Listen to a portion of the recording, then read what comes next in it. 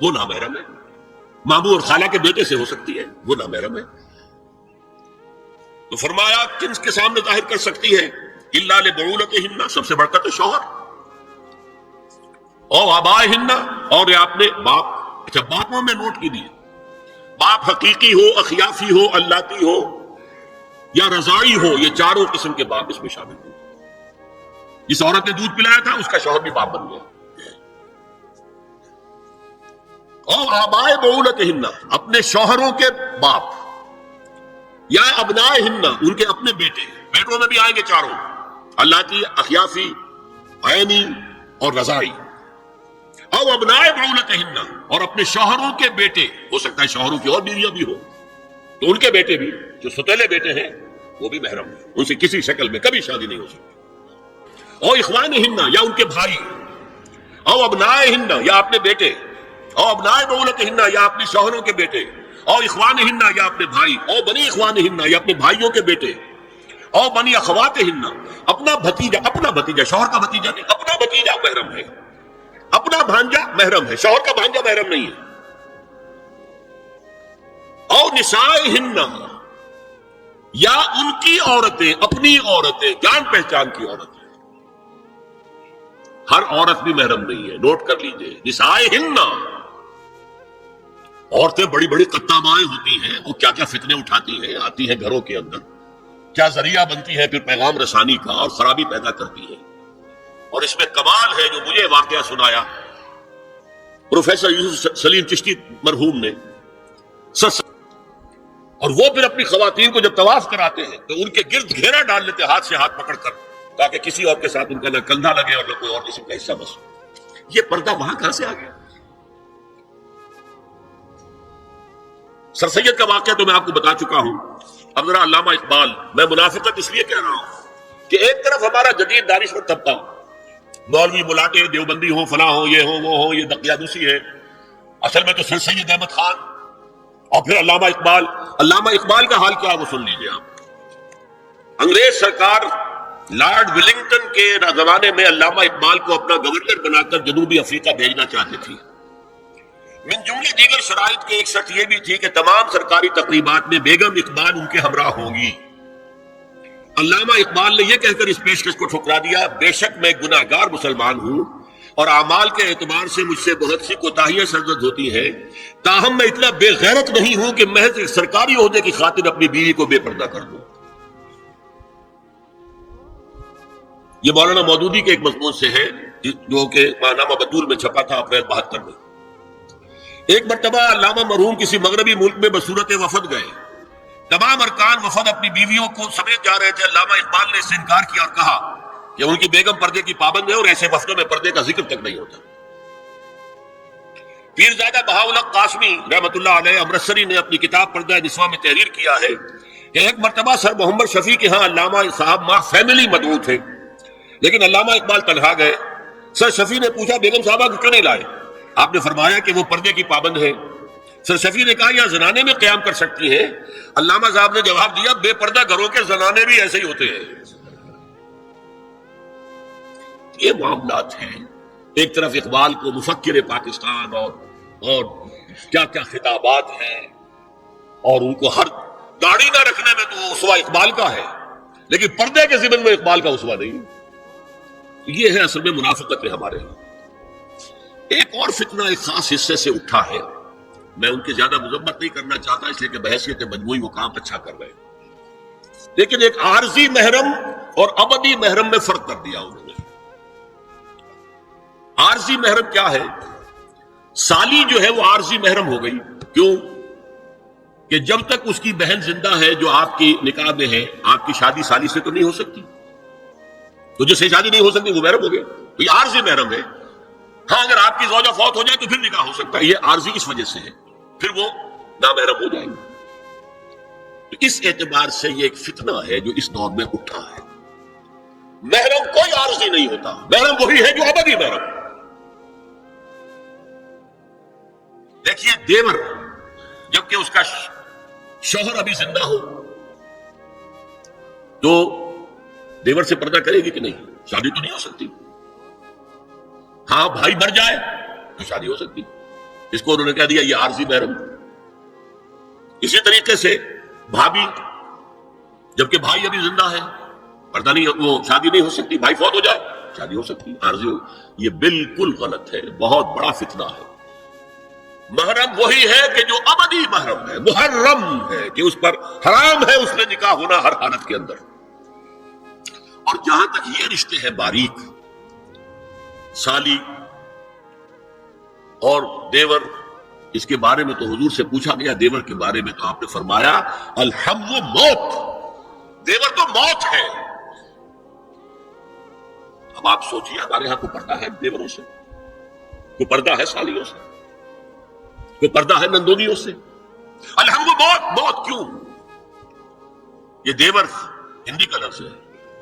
دیور کے بارے میں تو تصور یہ تھا کہ یہ دوسرا شوہر ہے، ور ہے، دیور دوسرا شوہر. حضور نے فرمایا الحم موت، دیور تو موت ہے، موت کے درجے میں. ایک اور بات نوٹ کیجئے، ایک خیال کیا ہے ظاہر، اور اس میں افسوس ہے کہ بعض لوگ جو پردے کے بڑے حامی ہیں، بڑے شدید حامی ہیں. ایک صاحب وہ بھی ہے کہ جنہوں نے ایک بہت بڑی کتاب پردے پر لکھی اور بڑی عظیم کتاب تھی. ایک دوسرے بھی ہیں جنہوں نے چھوٹی لکھی لیکن اچھی کتاب لکھی. لیکن یہ دونوں ایک جگہ آ کر مار کھا گئے کہ یہ جو قریبی رشتہ دار ہیں ان کے ساتھ اتنی سختی نہیں ہونی چاہیے. حالانکہ فلسفہ سمجھ لیجیے اچھی طرح. جو قریبی رشتہ دار ہوں گے، کزنز ہیں. اب کزنز کا عیسائیوں کے ہاں شادی نہیں ہو سکتی. کزنز جو ہیں جیسے سگے بھائی سے شادی نہیں ہو سکتی، کزن سے بھی نہیں ہو سکتی. ان کا تو معاملہ اور ہو جائے گا. ہمارے ہاں تو شادی ہو سکتی، چچا زاد ہو، مامو زاد ہو، خالہ زاد ہو، شادی ہو سکتی. اس اعتبار سے جن سے جتنے زیادہ ربط کا معاملہ ہے اتنا ہی اندیشہ زیادہ ہے. ایک عورت نے کسی کو راستہ چلتے ہوئے ایک مرد کو دیکھا، فرض کیجئے کہ اس کی نگاہ کے اندر کوئی وہ کھبگی گیا کسی وجہ سے، مردانہ وجاہت اسے اچھی لگی. پھر تو اسے ملنا ہی نہیں دیکھنا ہے، وہ تو راستے کا معاملہ تھا، آیا گیا ختم ہو جائے. جو گھر میں آ جا رہے ہوں ان سے تو زیادہ پردے کی ضرورت ہے. کانٹیکٹ کے مواقع زیادہ ہیں. بات شروع ہو گئی بڑھتی چلی جائے گی کانٹیکٹ کی وجہ سے. اچھا اسی میں ایک بات دیکھیے، کچھ لوگ کہتے ہیں اچھا جی تو پھر مردوں کا بھی پردہ ہونا چاہیے. نہیں، عورت کا مرد کو دیکھنا کچھ اور ہے، مرد کا عورت کو دیکھنا کچھ اور. مرد کی فطرت میں اقدام ہے، آگے بڑھ کر کچھ حاصل کرنا. عورت کی فطرت میں بلکہ اس کا حسن اس میں گریز، پیچھے ہٹ گئی. زیادہ پردہ عورت کے لیے، مرد کے لیے نہیں. لیکن اگر کسی مرد سے ایک رابطے کا معاملہ زیادہ ہونے کا امکان ہو تو نابینا سے بھی پردہ ہے. وہ میں آپ کو حضرت ام سلمہ اور حضرت میمونہ نبی صلی اللہ علیہ وسلم کے پاس بیٹھی تھی. اتنے میں حضرت ابن ام مکتوم آ گئے. نبی صلی اللہ علیہ وسلم نے ان دونوں سے فرمایا احتجبا منہ، ان سے پردہ کرو. ازواج نے عرض کیا یا رسول اللہ الیس اعمی لا یبصرنا ولا یعرفنا، حضور کیا یہ اندھے نہیں ہیں؟ یہ نہ ہمیں دیکھ رہے ہیں نہ ہمیں پہچانتے ہیں. فرمایا افعمغایان انتما، کیا تم دونوں بھی اندھی ہو؟ اللہ تم سنا نہیں، کیا تم نہیں دیکھ رہی ان کو؟ حضرت ام سلمہ تصریح کرتی ہیں ذالک بعد ان امر بالحجاب، یہ جب حجاب کا حکم آ گیا تھا تب حضور نے پھر یہ حکم دیا. اس کی وجہ کیا تھی؟ حضرت عبداللہ ابن مکتوم کا گھر میں آنا جانا تھا، تو اگرچہ اندھے ہیں لیکن یہ کہ یہ بار بار کا آنا جانا اس سے فتنے کا ایک دروازہ کھل سکتا ہے. اس دروازے کو بند کر دیا گیا.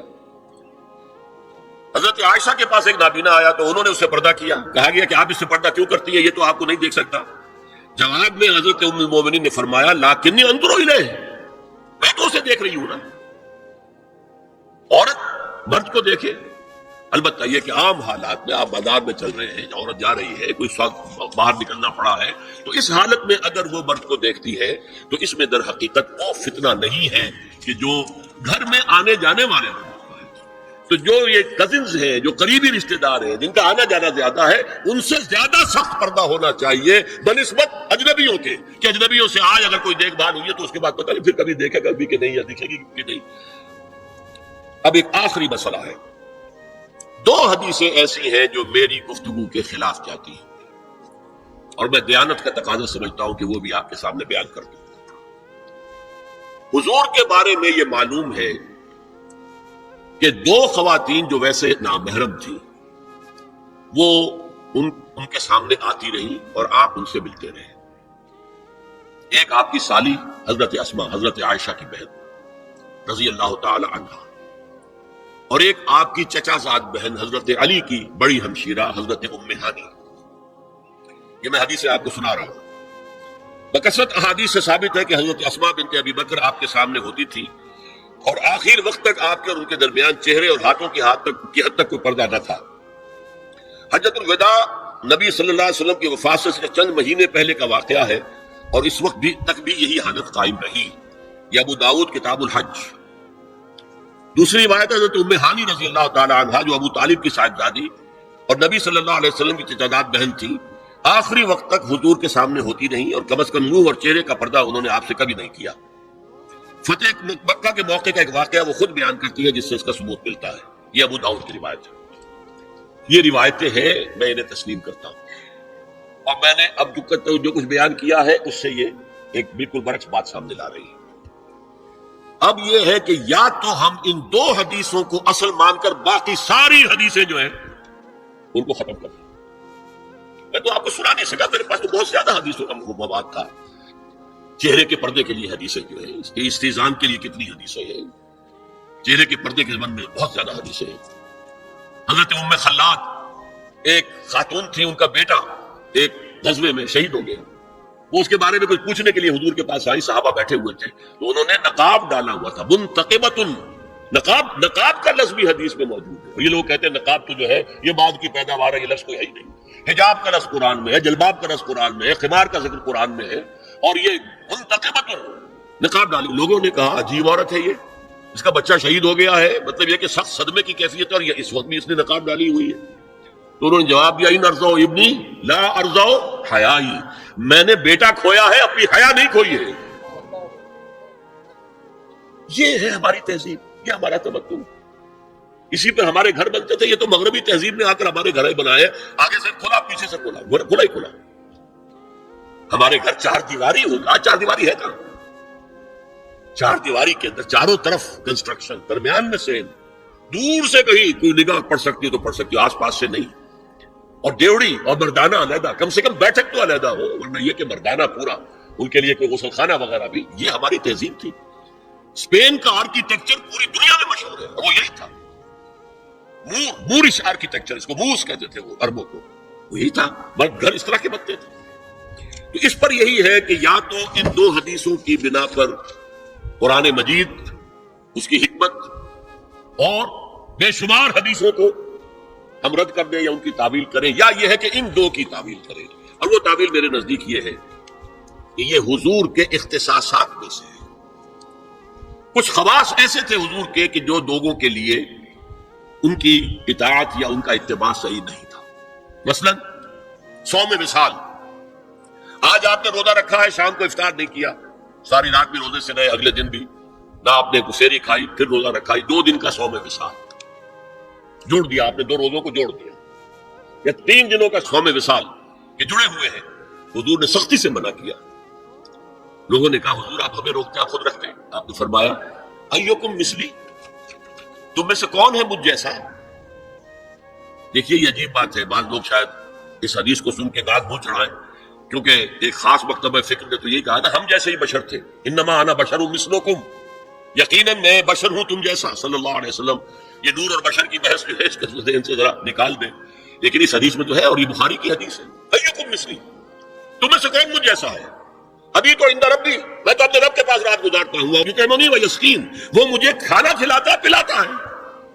اب بتائیے کون شخص اپنے بارے میں کہہ سکتا ہے کہ وہ اس بنا پر صوم وصال رکھنے کا حق رکھتا ہے کہ حضور صلی اللہ علیہ وسلم رکھتے تھے؟ تو خصائص ہیں، یہ خصائص نبوت میں سے اور اختصاصی معاملات ہیں. اور پھر یہ کہ نبی اکرم صلی اللہ علیہ وسلم ہر طرح وسوسے سے بھی پاک تھے. ان کی یہ کوئی غیر معمولی معاملہ ہو سکتا ہے اس کے بنا پر سارے موضوع جو ہے اس کے اوپر جھاڑو نہیں پھینکی جا سکتی. اقول قولی ھذا واستغفر اللہ لی ولکم ولسائر المسلمین والمسلمات. السلام علیکم سامعین، آپ لوگ ڈاکٹر اسلام السانی کو بیان سننا چاہتے ہیں تو ہمارے چینل کو سبسکرائب ضرور کر دیں.